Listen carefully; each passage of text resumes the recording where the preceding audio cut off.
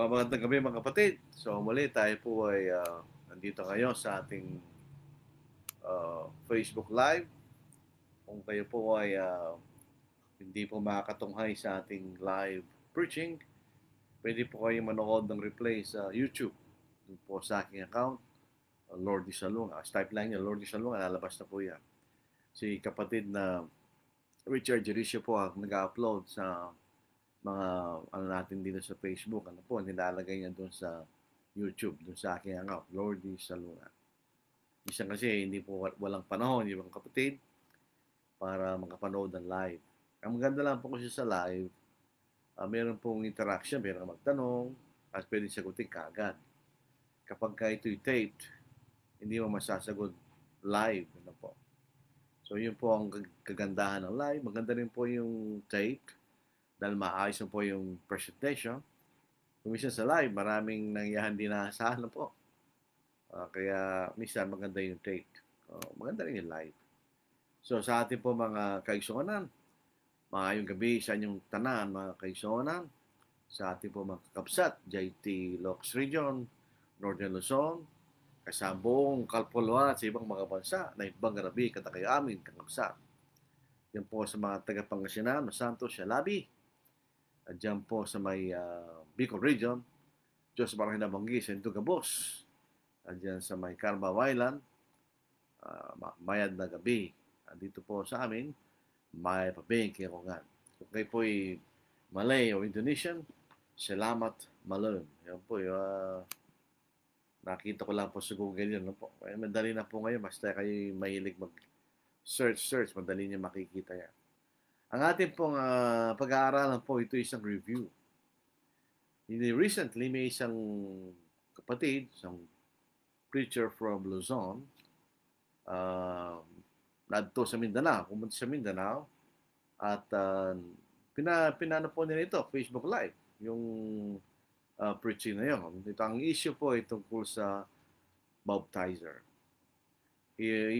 Yung po i-review natin, yung teaching na para po yung baptism will be valid o yung baptismo po ay magiging katanggap-tanggap sa Diyos upang kayo maligtas, kinakailangan ng mababaptismo ay isang Kristiyano. Yun po ang issue na ating gustong review. Yung pong kapatid na nangaral yun ng pananaw nila. Marami silang kapanalig na kanilang pinaniniwalaan for the baptism to be valid. The baptizer should be a Christian. Yun po ang kanilang tinuturo. We oppose that. Hindi natin pinaniniwalaan yun po, na kinakailangan ng magbabautismo ay isang Kristiyano. Kung para ang bautismo po ay maging valid, kung ang pinangaral naman ay yung Ebanghelyong ipinapangaral po sa bagong tipa. Yun po ang ating gustong pag-aralan po sa gabing ito. I-review po ito po. Sabi ko nga, ang issue po rito ay regarding the baptizer. Yung iba nagtuturo ng for the baptism to be valid, the baptizer should be a Christian. Yun po ang ating tinututulan. Hindi natin tinututulan na ang Kristiyano magbaptismo. We do not oppose that. Ang ino-oppose natin ay yung it should be a Christian. Yan ang nakikita natin.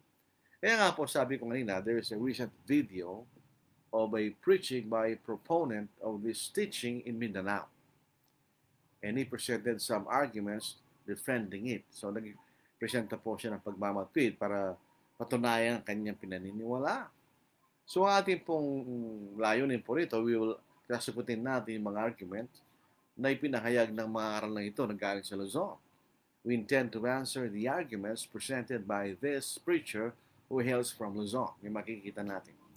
So, in any issue, especially sa larangan po ng pananampalataya, iniiwasan natin magkaroon ng emotional aspect. Kasi minsan, nagugulo yung issue pag mayroong emotionalism. So, inaalisin natin yun.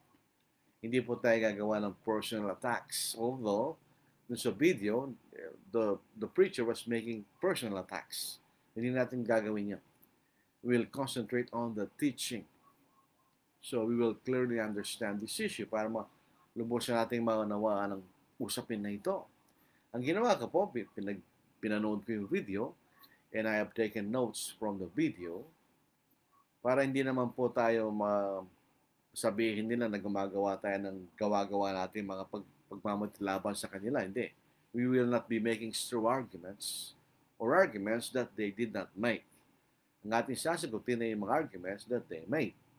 Ako meron po ang copy ng video. It was given to me by another brother who was able to save the video.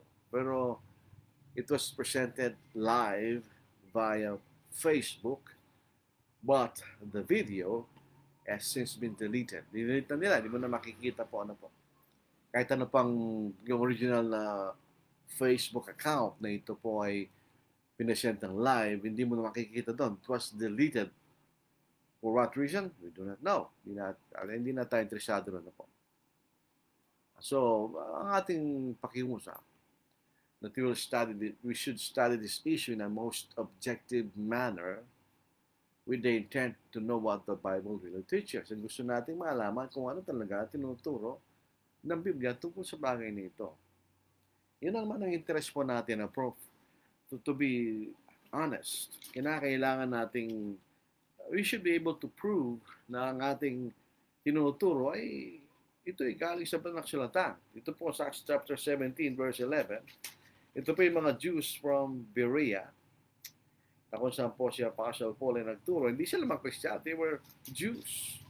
Sabi rito, these were more fair-minded or more noble sa Old King James than those in Thessalonica, in that they received the word with all readiness and searched the scriptures well daily to find out whether these things were so.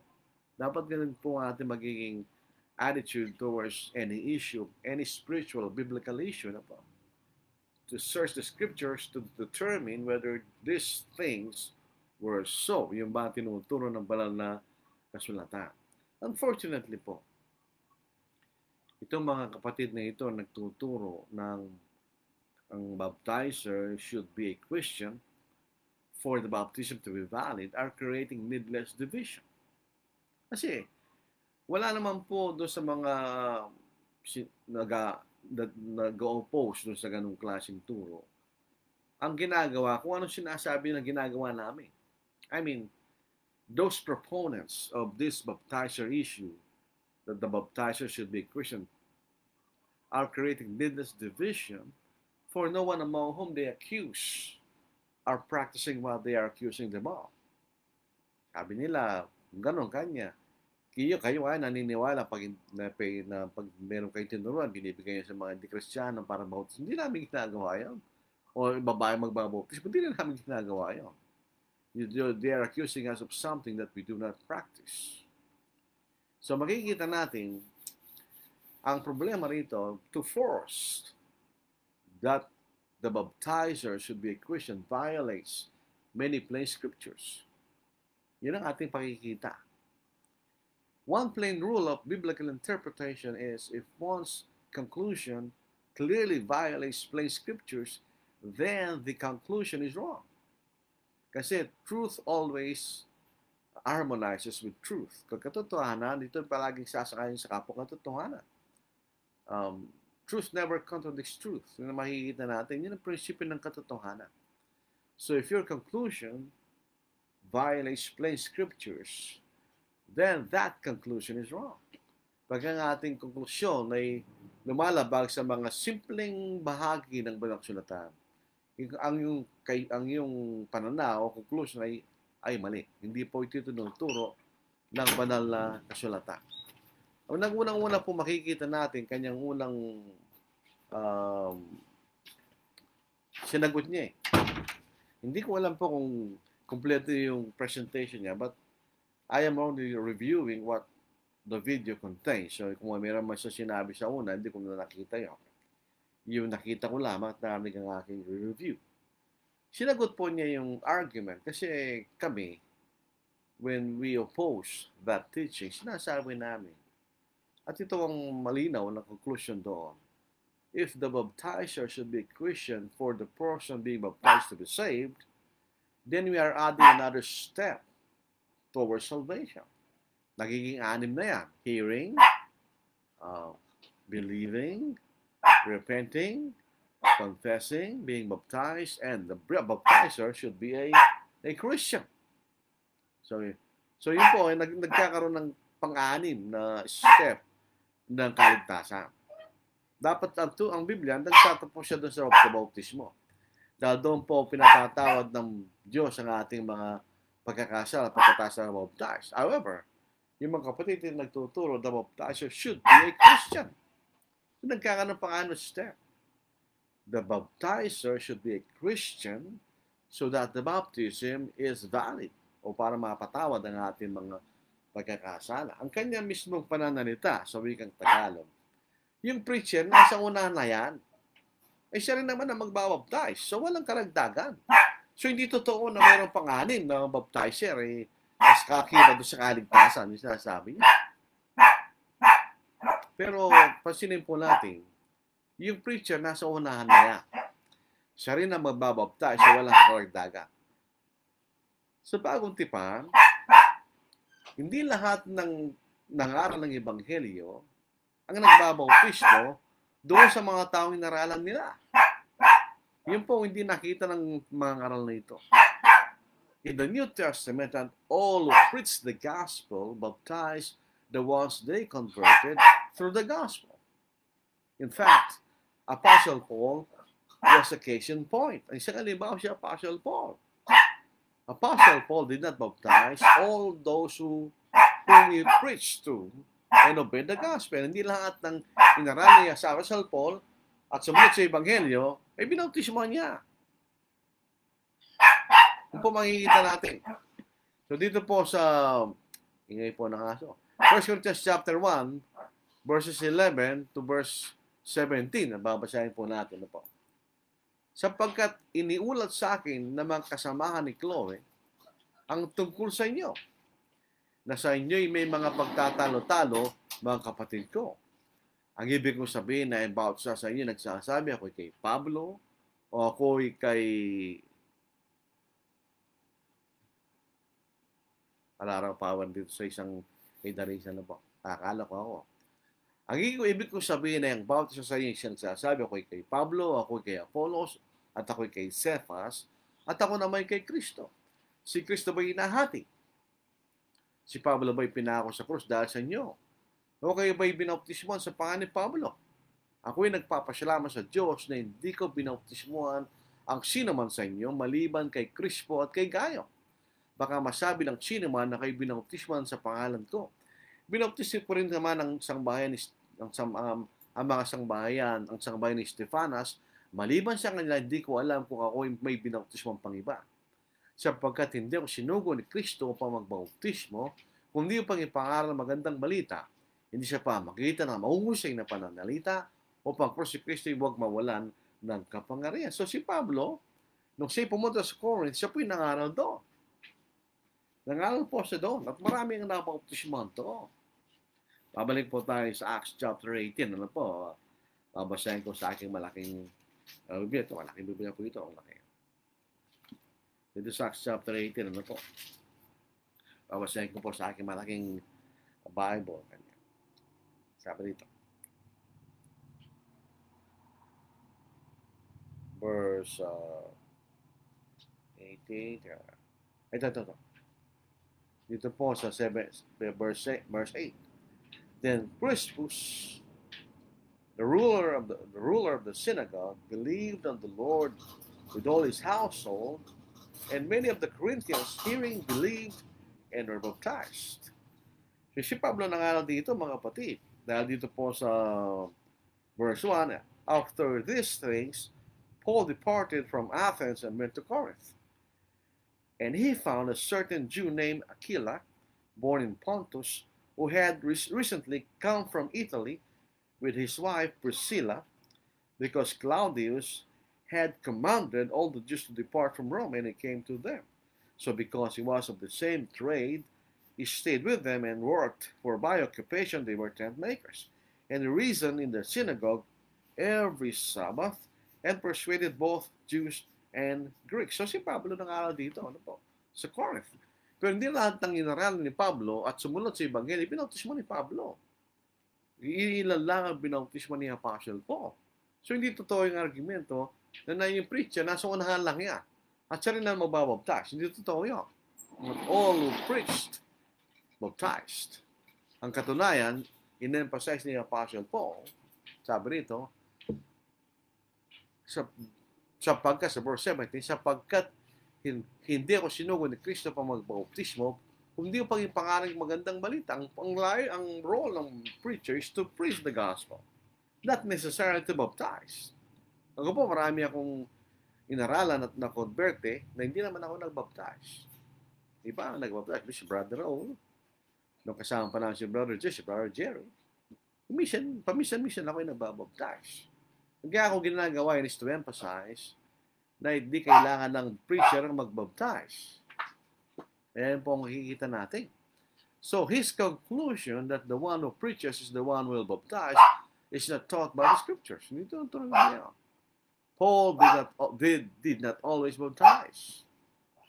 The main role of a preacher is to preach. They are to preach and not necessarily to baptize. Hindi makita na. So, sinabi niya, nasa unaan lang preacher, siya nang mababaptize, is making a false argument. Hindi tinuturo ng balaksulatan niyo. Tulad ng ating naipakita sa ating binasa. Ang katunayan po, he doesn't understand the consequences of his teaching. Ito, nakausap na po namin itong tao ito maraming beses na. He doesn't understand the consequences of his teaching. Kahit yung mga kasama nila, hindi nila naintindihan ang pinupuntahan ng kailang tinuturo. Tingnan niyo, if the baptizer should be a Christian, then if the baptizer is not a Christian, the baptism is not valid. Even if the steps of salvation are followed, and even if the same gospel is preached. Kung totoo po yung kailang turo na kinakailangan ng baptizer ay isang Kristiyano, at kapag nagbabautismo di Kristiyano, nangulugan ng bautismo hindi tatanggapin ng Diyos. Kahit na pareho steps of salvation at parehong ebanghelyo pinangara ang itinuro. Di dahil lang hindi Kristiyano baptizer, so hindi na maliligtas yung binautismohan. In other words, it makes the baptizer a necessary part of salvation. And thus, it adds another step in the process of salvation. Yun ang sabi niya, hindi naman kami nagdaragdag. Hindi yan ay tinuturo niya. Sapagkat, if the baptizer should be a Christian, that's a requirement. If it is a requirement, then it is needed for salvation. Katulad po ng mga Baptist, they do not believe that baptism is for the remission of sins. So, the baptism is not a requirement for salvation. Kaya mabaptize kayo, hindi, basta mampalataya kayo, ligtas sa Panginoon. Ang totoo, marami siya kailang, baptism is just to make you a member of a local congregation. Pero sinabing the baptizer should be a Christian, kinakailangan nagbabautismo isang Kristiyano, then it becomes a necessary part of the salvation. In other words, kapag hindi Kristiyano yung nagbaptize sa'yo, hindi ka maliligtas. O, hindi ba nagdaragdag siya ng step of salvation? Kaya sabi niyang, at sagot niya, ay wala namang karagdagan doon kasi yung preacher, sila naman ang nasa una, siya rin magbabaptize. Hindi yun naintindihan tinuturo niya. Ang issue po rito ay hindi kung ang babae o ang di Kristiyano ay maaaring magbautismo. Ang issue po rito kung ang baptizer ay may kaugnayan doon sa kaligtasan ng bautismo ng tao binabautismohan. Yun ang issue po rito. Kasi pag sinabi mong a baptizer should be a Christian, that becomes a requirement for salvation. Di ba? Ibig sabihin, nagtuturo sila, hindi nila naintindihan. That's not a personal attack. Yun po ay conclusion sa kanilang tinuturo. When we try to search and understand what they're teaching, yun lalabas doon. That's the necessary inference. That's the necessary conclusion. Mga kapatid, di ba maliwanag po yun? Sabi, di ba kami nagdaragdag, bakit pinipilit nila na ang baptized should be a Christian? Pag sinabing should, that's a requirement.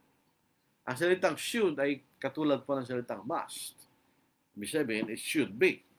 Kailangan ka, no? It's a requirement. For instance, dito po sa 1 Timothy chapter 3, ano po, with regards to the bishop. Dito po sa 1 Timothy chapter 3, basahin natin. This is a faithful saying, if a man desires the position of a bishop or oversight, he desires a good work. Kasi ninyo, a bishop then must or should be blameless, the husband of one wife, temperate, sober-minded, of good behavior, hospitable, able to teach, not given to wine, not violent, not greedy for money, but gentle, not quarrelsome, not covetous. So yun ay must. Yun ay requirement. Kung hindi ganon, hindi ka pwedeng maging bishop. Yun ito po ang isang bagay na when I was formerly Catholic. Pero binasa ko ang Biblia, nakita ko ang dami palang contradiction ng aking kinagisnan na paniniwala. Sa akin nakagisnan na paniniwala, a bishop is not married. Pero sa New Testament, a bishop must be a husband of one wife. So, kami po na we will oppose this teaching that the baptizer should be a Christian. Hindi man namin ginagawa, sinasabi na ginagawa namin. Sinasabi nila, kayo kanya, naniniwala kayo at ginagawa nyo na tumatawag kayo ng mga hindi Kristiyano at mga babae para mag-baptize. We do not do that. I have never called a non-believer or a woman to baptize someone whom I taught of the gospel. Hindi ko tinatawag hindi Kristiyano o non-believer, pare o denominational pastor o isang babae na baptismo yung tawag tinuruan ko sa Biblia. Hindi ko pa ginawa yun. Wala, sa mga kasamahan namin, wala pa akong nakitang gumawa ng gano'n. We baptize. Kung di man yung preacher, yung mga kapatid, ang mababaptismo doon sa tinuruan ng ibang sumampalataya. Just because you believe that the baptizer has nothing to do with the validity of the baptism, means we have begun to call non-believers and women to baptize. Dahil sinuturo namin ng baptizer walang kaugnayan doon sa validity ng bautismo, hindi ibig sabihin na kami po tumatawag ng mga hindi sumasampalataya at mga babae para bautismo. Ito turuan namin. Ito yung tinatawag, this is what is called a non-sequitur argument. It doesn't follow. It doesn't follow just because you believe that the baptizer has nothing to do with the validity of baptism. Ibig sabihin, tumatawag ka na ng pare o mga denominational pastor para bautismo mo, yung tinuruan mo. Hindi totoo yun. It doesn't follow. Hindi mo lagi natin. We have nothing against a Christian baptizing. Wala kaming laban ng Kristiyano na bautismo. Yan ang makikita na sa bagong tipan. Christian baptized. What we oppose is to say that the baptizer should be a Christian. Tingnan po nyo, sa Genesis chapter 9, dito po for the first time, pinayagan ng Diyos ng mga tao po'y kumain ng laman ng mga hayop. Previously, ang pagkain po ng tao ay halaman. Hindi kayo naniniwala. Dito po sa Genesis chapter 1, ano po? Basahin natin, ano? Ang nilagay po ritong kakainin ng tao ay ang gulay, halaman, ano po? Basahin natin dito, no? Ito po sa verse 30, no? Verse 30 ng Genesis chapter 1, verses 29 to verse 30. And God said, "Yeah, see, I have given you every herb that yields seed which is on the face of all the earth, and every tree which fruit yields seed, to you shall be for food." Also to every beast of the earth, to every bird of the air, and to everything that creeps on the earth, in which there is life, I have given every green herb for food, and it was so. So yung mga hayop na yung tao, kinakain nila yung halaman. Nagkaroon po ng flood sa Genesis chapter 7 hanggang Genesis chapter 9. Namatay lahat ang mga hayop sa lupa, maliban lang po yung dinala ni Noah doon sa ark. Ako naniniwala ko dito namatay yung mga dinosaur po. Dito po sa verse 2 ng Genesis chapter 9. Ang takot at sindak sa inyo darating sa bawat hayop sa lupa, sa bawat ibon sa himpapawid, sa lahat ng gumagapang sa lupa, at sa lahat ng isda sa dagat, sila ibinigay sa inyong kamay. Bawat gumagalaw na nabubuhay, magiging pagkain ninyo, at kung paano ibinigay ko sa inyong mga luntiang halaman, ibinibigay ko sa inyo lahat ng mga bagay. Dahil ba sinabi ng Diyos, bawat gumagalaw na nabubuhay, magiging pagkain ninyo, ibig sabihin ba, kailangan kainin natin ang lahat ng laman ng lahat ng hayop? Hindi. It doesn't follow. Ang ibig lang sabihin ng Diyos, maaari nyo kainin yung mga yan. Ibig sabihin, kakainin natin lahat. It doesn't follow. That's a non-sequitur argument. Kung isipin na, pwede natin kainin pala lahat eh. Oo nga, pwede. Pero pwede kang pumili kung anong kakainin mo. Doon po sa Amazon River, meron pong tribe doon ng mga Indians na kumakain ng mga tarantula. Eh, hindi natin makakain yun. Pero kinakain nila. Meron mga tao na kumakain ng mga hayop, hindi natin kinakain. Pero kinakain nila. So, ganun din po yung tungkol sa baptizer. Just because we say and we teach that the Bible teaches that the baptizer is nothing to do with the salvation of the one being baptized, it doesn't follow that we will have to call non-believer or women to do the baptizing. It doesn't follow. It doesn't follow. So, hindi namin ginagawa yan. You are accusing us of something that we do not practice. Yun po ay false accusation. That's a misrepresentation. Yes, maaari mo sabihin that that's because the baptizer has nothing to do with the salvation of the person being baptized, that a non-believer or a one can be baptized. Yes, that's true. But we do not practice it. Why? Because it's not needed. Kami Kristiyano rin, kami rin mismo nagbabautismo ng inaaralan namin. So you're accusing us of something that we do not do. Yan yung problema dyan, mga kapatid. This teaching, ulitin natin, that the teaching that the baptizer should be a Christian for the baptism to be valid contradicts the truth that the gospel is the power of God to salvation. Pansinin natin, the gospel is singular, the power of God to salvation. In other words, walang kaugnayan dito yung baptizer. It is the gospel that saves, not the baptizer. Pag sinabi natin the baptizer should be a Christian, then you are making the baptizer a part of the salvation. Di ba? If not, why not? Kaya pag dumating tayo po sa isang formal na pag-uusap, hindi nila masasagot yan. They can't escape from it. Sa Romans chapter 1 verse 16, sapagkat hindi ko'y kinaihiya ang ebanghelyo. I am not ashamed of the gospel. Sapagkat itong kapangyarihan ng Diyos para sa kaligtasan ng bawat sumasampalataya, unay sa Hudyo at gayon din sa Grego. For the gospel is the power of God's salvation to everyone who believes, to the Jew first, and also to the Greek. It is the gospel that saves. Hindi tao. God used the gospel to save people. The preacher, the baptizer, has nothing to do with the salvation of the one who believes and is being baptized. Mamaya makikita natin anong role ng mga aral, itong role ng baptizer. But it is clear that the gospel, that's a specific article, the gospel is the power of the salvation. Power of God's salvation. So the power, that's the only power. Wala nang iba. Isa sabihin, the gospel, at ang ibang may 5 step yan. You hear the gospel, you believe, you repent, you confess your faith, and you are baptized. Yun ang 5 step na sinasabi ng gospel. When you do that, then the gospel is saved.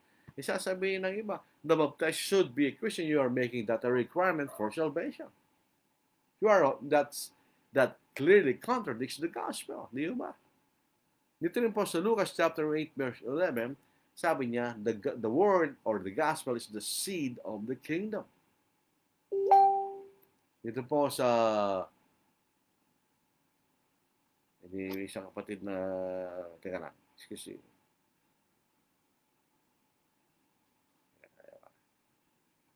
Ito yan, nawala. Dito po makita natin, ngayon itong talinhaga ang binihang salita ng Diyos. This is the parable, the seed. The seed is the word of God. This is the seed principle. Pag makikita natin, when the gospel is preached and is believed and it is obeyed, then that person will be saved regardless of the preacher, whether the preacher is faithful or not. In other words, if the preacher, which the faithful preacher preaches the true gospel, the one being preached to will be saved. The preacher has nothing to do with the salvation. It's just an instrument for a person to hear the gospel. Di ba mga kapatid? Kung tayo pupunta sa agriculture, sa Pilipinas, ang staple food is rice. If a rice seed is planted, sabi ng mga, if the rice seed is planted, kanila, does it matter who planted it? No. Will it not grow if it is watered and cultivated? It will. This is a seed principle. So, ibig sabihin, kahit sino pang mangalang ebanghelyo, pag pinaming ebanghelyo, then that person will be saved. So, pareho ito sa ebanghelyo. The seed principle in agriculture is the same with the gospel. So, if the gospel is preached and is believed and is obeyed, then that person will be saved. So, yun makikita natin. So, ibig sabihin, if this is what the Bible is teaching, then these brethren were requiring the baptizers to be a Christian should stop teaching that the gospel is the power of God to salvation. Kasi, because even if the true gospel is preached and is believed, yung binabautismuhan na sumampalataya sa ebanghelyong yon, nakapangyarihan sa kaliligtas, ay hindi maliligtas, maliban lamang kung ang nagbautismo ay Kristiyano. So that the gospel loses its power to salvation. Di ba? Yan ang hindi nakikita ng mga kapatid na ito. One will be saved if the gospel is preached, regardless of who preached to him, faithful or otherwise. The same with the baptizer. The baptizer is just an expedient to immerse the candidate who wants to be saved. The same way, the preacher is simply an expedient to preach the gospel. Hindi na pwede mo ba ang Diyos mga sa atin? Nasa langit siya.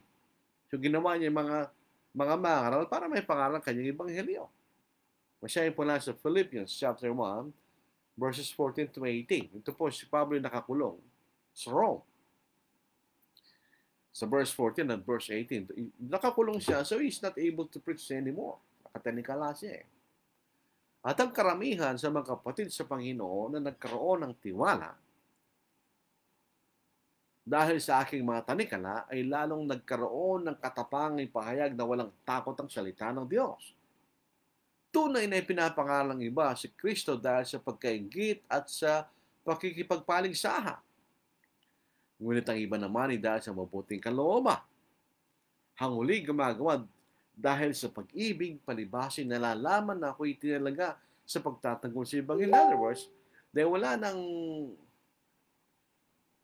wala nang Pablong mangangaral, dahil nakakulong, so kahit silang nangaral. Sila po ay may malasakit sa Ebanghelyo. Ito yung sinasabi sa verse 16. Sa verse 17 naman iba. Ngunit ipinapangaral ng una si Kristo dahil sa pagkakampi-kampi. Hindi siya katapatan, nangangaring dagdagan ng hirap aking mga tanikala. Ibig sabihin, no? Si Pablo, nakakulong na yan. Tayo naman ang sumikat. Para maipakita natin, malo pang mahirapan ng Pablo na yan. Unfortunately, hindi ganoon si Pablo. He was not thinking about himself. He was thinking always of the gospel. That's the verse 18. Ano nga? Kahit sa namang paraan, maging sa pagkukunwari o sa katotohanan, ay pinapayag si Kristo. Ito po, si Kristo po ito isang metonymy. Christ is mentioned, but the gospel is the one being, yun ang meaning. At sa ganito yung nagagalak ako. Oo, at ako'y patuloy na magagalak. Ano sinasabi ni Pablo? Alam niyo nga niya, kahit kung mangaral, basta ipinangaral ng Ebanghelyo, kaya siya'y tapat, o nagkukunwari lang na tapat, Pag naniwala yung tao yung nararal nila, maliligtas pa rin yung tao. So in other words, the preacher has nothing to do with the salvation of the one wanting to be saved, but the gospel is the power of salvation. Di ba? Maliwanag po yun. Dito pa rin po sa 1 Corinthians chapter 3 verse 4 to 6. Sapagkat kapag sinasabi ng isa, ako ay kay Pablo at ang iba ako ay kay Apollos, hindi ba kayo mga tao? Sa ibang magandang salin, hindi ba kayo makalaman? Are you not being carnal? Kanya. In other words, you're not being spiritual, sabi ni Pablo. Ano nga ba si Apollos? Ano ba si Pablo? Mga lingkod sa pamakita nila ay sumampalataya kayo. Ayon siya tinagda ng Panginoon sa bawat isa. Ako ang nagtanim, siya Pablo nagdinig. Ngunit ang Diyos ang nagpalago. Kaya't walang anuman nagtatanim at nagdidinig, kundi ang Diyos ang nagpapalago. Ano ibig sabihin nun? The preachers are simply expedients. But it is God who saves through the gospel. Walang po yun. So, the preacher, the baptizer are simply expedients for people to be saved. They are not part of that salvation. Ang role lang po ng baptizer is to immerse. That's all. That's the only importance of the baptizer. Just to immerse. He has nothing to do with the salvation of the one being immersed. Ang nag-uusap dito yung kandidato, yung the one being immersed at ang Diyos. The baptizer has nothing to do with that. The God will save that person, not the baptizer. Kaya pag sinabi natin the baptizer should be a Christian, hindi siya nasama mo siya doon. Para maligtas yung tao, kailangan yung baptizer Christian. Yun ang problema doon. They are simply contradicting the fact that the gospel is the power of God's salvation, not the baptizer. Ngayon, if we will require that the baptizer should be a Christian, sabi nga natin, then we are adding another aspect of salvation aside from the gospel. That's not the baptizer. We are adding the baptizer to the process of salvation. Niwalang po. Hindi natin ng nagbabautismo doon sa proseso ng pagliligtas. Pero maliwanag ang Biblia, the gospel is the power of God to salvation. Sa Grego, the gospel is God's power to salvation. There is no other power but the gospel. Kaya ang problema sa kanila, kung the baptizer should be a Christian, then they need to prove that the one who baptized them is a Christian. And the one who baptized them is a Christian, and so on and so forth, and trace it all the way to the apostles. Hindi ba dapat ganon? Patunayan nila yun. They have to trace all the way to the apostles. Dahil when there's a break in that link, in that chain, then the next one is yung binautised one, ay di na Kristiyano yun. Kasi the one who baptized him is not a Christian. So they have to trace all the way back to the apostles. Mapatunayan nila na yung nagbaptize siya kay Kristiyano sapagkat binautismo siya ng isang Kristiyano. And so on and so forth hanggang makarating sa mga apostol. Magagawa ba yun? Can it trace all the way back to the apostles? Meron ba tayong record doon? Wala. So we cannot prove. Hindi natin mapapatunayan pag gano'n ang paniniwala natin kung nagbaptize mo sa atin, Kristiyano, hindi. Kasi we need to prove it all the way to the apostles. Dahil sa doon nagsimula eh. Yung binautis mga apostle ay mga Kristiyano, at and so forth, hanggang makarating sa panahon natin ngayon. Hindi natin magagawa. We have no record. Even if we have the record, are we sure those are Christians? Hindi rin. Dahil hindi naman po natin mapapatunayan na isang tao Kristiyano, hindi. Dahil hindi man natin alam kung talagang Kristiyano, hindi. Ang Diyos lamang nakakaalam kung sino talagang mga Kristiyano. We only trust that those who be baptized really believed, really repented, really confessed sincerely from their hearts. Ang Diyos lang nakakabasa ng puso ng tao. So hindi natin malalaman talaga kung sino mang Kristiyano hindi. So paano kayo niya kung sasabihin mo, baptizers to be a Christian? Hindi kailangan patunayan mo. All the way to the apostles. Pag kinakausap yung mga tao yan, ay ba't naman kayo ganon? Eh, hindi kami ganyan. Kayo ang ganon.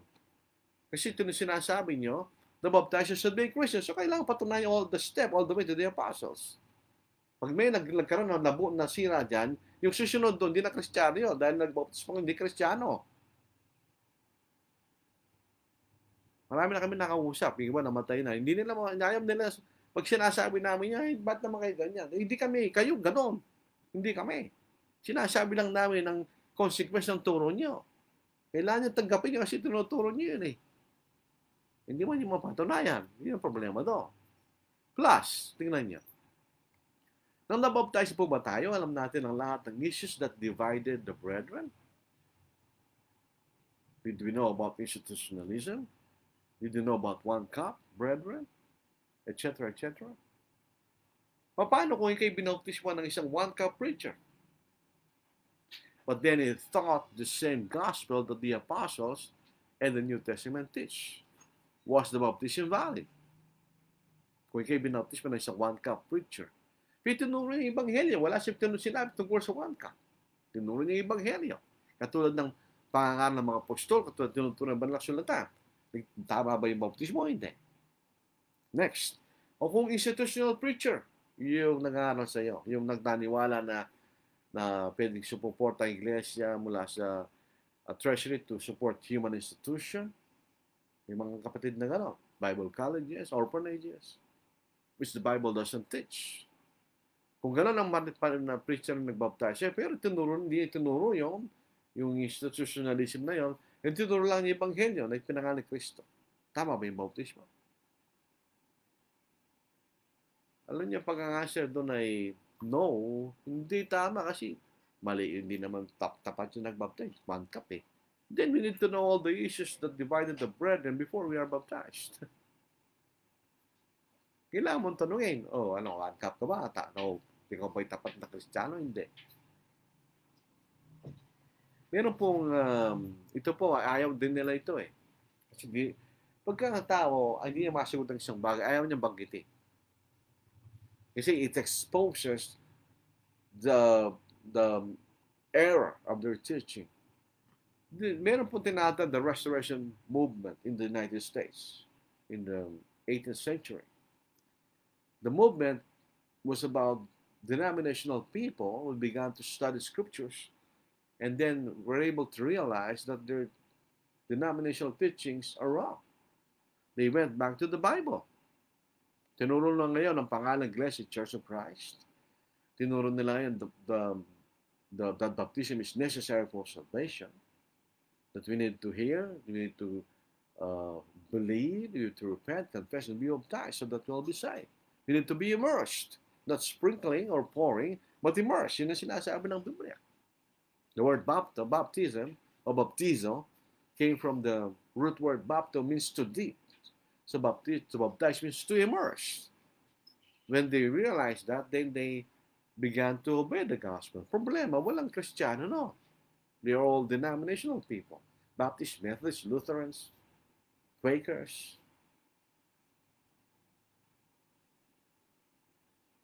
Walang mga Kristiyano. Paano ngayon yan? Kaya walang Kristiyano, no. Sino magbabaptismo sa kanila? Kaya nga restoration movement yun eh. Alam niyo, when you try to restore, you want to bring back a thing to its original form. Yun ang restore. So, halimbawa, yung bahay ni Jose Rizal sa Calamba, when you restore that house, you will use the same material, the same design, you will not change anything. You will restore it to its former state, di ba? As if it was during the Spanish time. When you restore something, you try to bring back the original form of the thing. You know, restore. So when they restore, they went back to the true church in the denomination. A case in point is Alexander Campbell. Meron po akong libro niyan sa history ni Alexander Campbell. Ano po. Hindi ako nagyayabang. I was able to enter the Campbell Mansion in West Virginia in 2002. Ano pa, nakita ko. Nung po ako sa umupo, pumasok ko sa bahay kung siya tumira, nakita ko yung study ni Alexander Campbell. So he is a true human being. Alexander Campbell came from the Cedar Presbyterian Church. So where was teaching is infant baptism by sprinkle. When you learn the gospel, the same gospel preached by the apostles, the same seed, the same power of God's salvation. He needed to obey it in true baptism, through immersion for the remission of sins. E walang Kristiyano. So he called a Baptist friend named Matthias Luz to immerse him, not in accordance with the Baptist doctrine, but with the real gospel of the New Testament. Question: just because a Baptist baptized Alexander Campbell will obey the gospel, did Campbell obey the gospel when Matthias Luz baptized him or immersed him? Pangalawa, ayon sa mga according to this brethren, he did not, ayon sa mga kapatid na nagtuturo na baptized should be a Christian, obviously he did not. For the one who baptized him was a Baptist. However, according to the scriptures, he did obey the gospel. Anong pagkakaiba ng ebanghelyo sinunod ni Alexander Campbell doon sa ebanghelyo sinunod ng mga tao sa New Testament? Wala. They obey the same gospel. Ang pagkakaiba lang, ay Baptist baptized him. That does facts eliminate the validity of the baptism of Alexander Campbell. So kung gano'n, hindi naligtas si Campbell kaya siya maligtas. Dahil walang Kristiyano magbabaptismo sa kanya. Another thing, the very first person who preached the gospel in the Philippines was an American. He was shipwrecked on the way to China and landed in Mindoro. So he's Americano. So he was a product of the Restoration movement, of those people who left the denomination and obeyed the truth and became Christians only. Tandaan niyo, wala namang ibang paraan naging Kristiyano ng mga Amerikano sa Amerika, no? Tandaan niyo, ang Amerika was a wasteland. Ang mga Indian na nakatira doon. And Indians are animists. Di sila naniniwala sa tunay na Diyos. They have their own beliefs. So, di sila mga Kristiyano. Meron pa ako nakita katawan-tawang argument. Diba, wala ba nakarating na apostol sa Amerika? Wala. Nakarating lang mga apostol doon sa alam nilang sanglibutan sa panahon nila. Hindi sa buong sanglibutan, literally. Tandaan po natin yan. Kaya, if people like Alexander Campbell were not Christians, because they weren't baptized by Christians, na wala namang Kristiyano sa panahon na yan, then all they baptized were not Christians also. And the one who preached the gospel in the Philippines was not a Christian too, dahil hindi siya pinautispan na isang Kristiyano. And so we are all not Christians. Yun ang problema doon sa kalokohan na yun. It negates what the Bible teaches, that the gospel is the power of God's salvation, that it is the seed of the kingdom. To be consistent, itong mga kapatid na ito na nagtuturo na the baptized should be Christian should not fellowship all his brethren, for they were all product of the restoration period in the U.S. Siya ayos tuturo na yung mga taong ito sa Amerika, hindi sila Kristiyano. Wala namang Kristiyano baptize sa kanila ng panahon na yon. Yun ang problema nito, yung turong ito. Only God knows who are the faithful Christians. Only God knows. Only God can read the hearts of men. That is why only the Lord adds people to the church. Hindi, Acts chapter 2 verse 47, sayin po natin. Hindi dinagdag ng tao sa iglesia. God adds people to the church. So mayroon mga tao sa local church na maybe hindi sila Christian, dahil hindi naman sila tunay sa palataya. Acts chapter 2 verse 47, sayin natin. Praising God and having favor with all the people, and the Lord added to the church daily those who are being saved. And the Lord adds people to the church. Bakit? Only the Lord knows who really obeyed the gospel. Those who really believed and really repented and really confessed their faith. Tayo, nagtitiwala lang tayo. Na pagka ang tao gusto mapabautismo, nagtitiwala tayo na sila sumampalataya. Because we can't read their minds. That is why they have to confess. Pwede pa rin natin mababasa ang kanilang puso. Dahil ang pananampalataya, ginagawa sa puso, kanya eh. Hindi natin nababasa ang puso ng tao. So Romans chapter 10 verse 10, basahin po natin. For with the heart one believes unto righteousness, And with the mouth, confession is made unto salvation. So ang ating pananampalataya saan? With the heart. So, di ba, hindi naman natin nababasa yung puso ng tao. So in effect, if the baptizer should be a faithful Christian, if that teaching is true, how can we know if we have really obeyed the gospel? Paano natin malalaman na tayo talagang sumunod tayo sa Ebanghelyo? Hindi naman natin alam kung tunay na Kristiyano ang bautismo sa atin. Hindi man natin nalalaman ng puso ng tao, baka nagkukunwari lang yan, hindi naman talaga siya tapat na Kristiyano. Doon that man, sa pagtotoong turo nito lahat tayo, hindi natin alam kung ligtas tayo, hindi. Pero the Bible is clear. The gospel is the power of God to salvation. Pag sumunod tayo sa gospel, sumampalataya tayo sa gospel, then we are saved regardless of who baptized us. Kasi baptizer, ano lang po yan expedient lang Ngayon, tanong natin dito, if the baptizer should be a Christian, then ang personal question is, who baptized the apostles? Meron bang Kristiyano na una sa mga apostol? If the Bible teaches that for baptism to be valid, that the baptizer should be a Christian, then who baptized the apostles? Since there were no Christians before the gospel was preached. So, according to this teaching, that the baptizer should be Christian, the apostles were not Christians. Since there were no Christians before the apostles. Di ba? Di ba yung tama yung conclusion na yun? So, ang sinagot lang po natin dito yung sinasabi, hindi naman kami nagdagdag ng step Nasa muna ng preacher we answered that argument. And we presented the follies of this teaching. Pinakita natin ang kamalian ng katuruan na ito.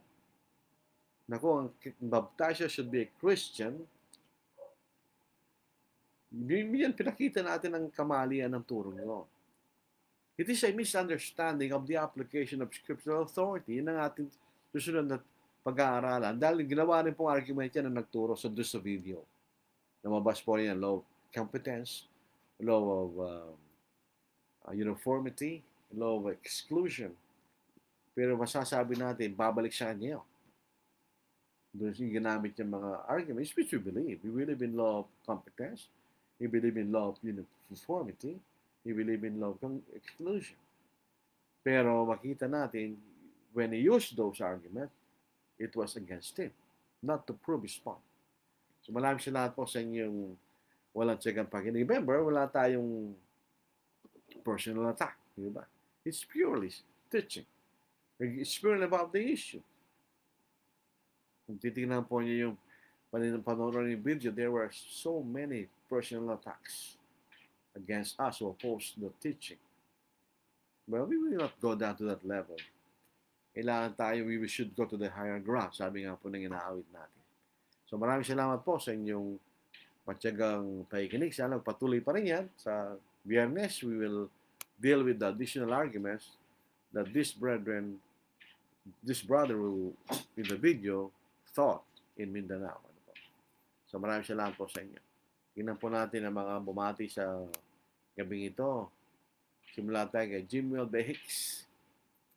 Good evening, Brother Lordy. I am watching from Del Monte, Buog, Zamboanga, Sibugay Province, Church of Christ. Samuel Graneta, good evening, brethren. Rufus, good evening, brethren. Oljan Ocampo, good evening po, Brad. Manishi Mercado, kumusta po kapatid? From Zamboanga del Sur. Jembert Esquadra, ito po yung taga Baybay Leyte. Good evening, brethren. Ganyan. Ito taga Baybay po yan. Elazar Mbenga, taga Sorsogon.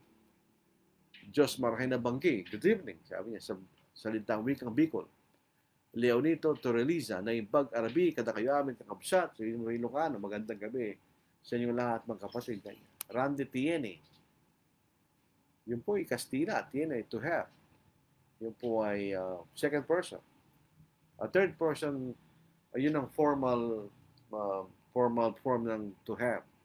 Tiene. Good evening, Brother Lordy. Pinapakinggan ka namin at pinapanood ka namin. Maraming salamat. Dagang salamat. Igso. Ibanya Shani, na ibang gabi, kabsat, dito'y Kirino, sabi niya, magandang gabi kapatid, nandito ko sa Kirino. Chona Darasin, good evening po brad, ito po ay asawa ng mga kanal sa Mabalacat, si Brother Rick Darasin. Nida Villamin, magandang gabi po. Nida Villamin uli, I'm watching right now, good luck, you're back brother. Opo, ako'y masaya, nakabalik ako. Ruben Piala, Canada, ito po yung taga Davao area, Mindanao. Watching from Digo City, bro. RJ Maraksigan. Thank you, brother. Yan. Marami siya. Wala kayong tanong. Sana, sabihin niya, baka naging maniwanag yung ating pagtuturo o baka naman wala kami naintindihan. Dalawang klase lang yun eh. Ako po ay once upon a time for 2 years, nagtuturo ako sa isang university. Ano po? College level. Tinuro ko finance at economics. Pagka Tuesday, Thursday, meron kaming 6:30 p.m. to 8 p.m. So, gabi na yung 8 p.m. Pagka gano'n na po yung oras, pagkapatapos na kayo, do you have any questions? Nakatingin lang sa yung estudyante. Kasi tatlo lang ang dahilan, hindi siya sumasagot eh. Number one, wala silang naintindihan. Pangalawa, wala silang maitatanong kasi naintindihan nila. O pangatlo, gusto lang umabay. Kasi 8 p.m. na eh. Sana po, yung mga lang tanong ay naintindihan nyo. That means we did not waste our time preaching the gospel. Maraming salamat po mga kapatid. Yun po ang ating mga awitin na po. Mga awitin papuri. Sa kami po na kanin po sa mga Church of Christ, wala po kami panugtog. We just sing a cappella. Dahil yan po ang tinuturo ng bagong tipas, huwag samba. We are not opposed sa instrumental music. Gagamit siya sa bahay for entertainment, but hindi po sa pagsamba. Hindi po natin, wala tayong scriptural authority bilang mga Kristiyano under the New Testament to use instrumental music in worship. Salamat po mga kapatid. Sabi ko nga, sa Friday, Lord willing, itutuloy po natin itong review. Take notes po ako dun sa habang pinapanood ko yung video na yun. It's a 25-minute video. Magsila.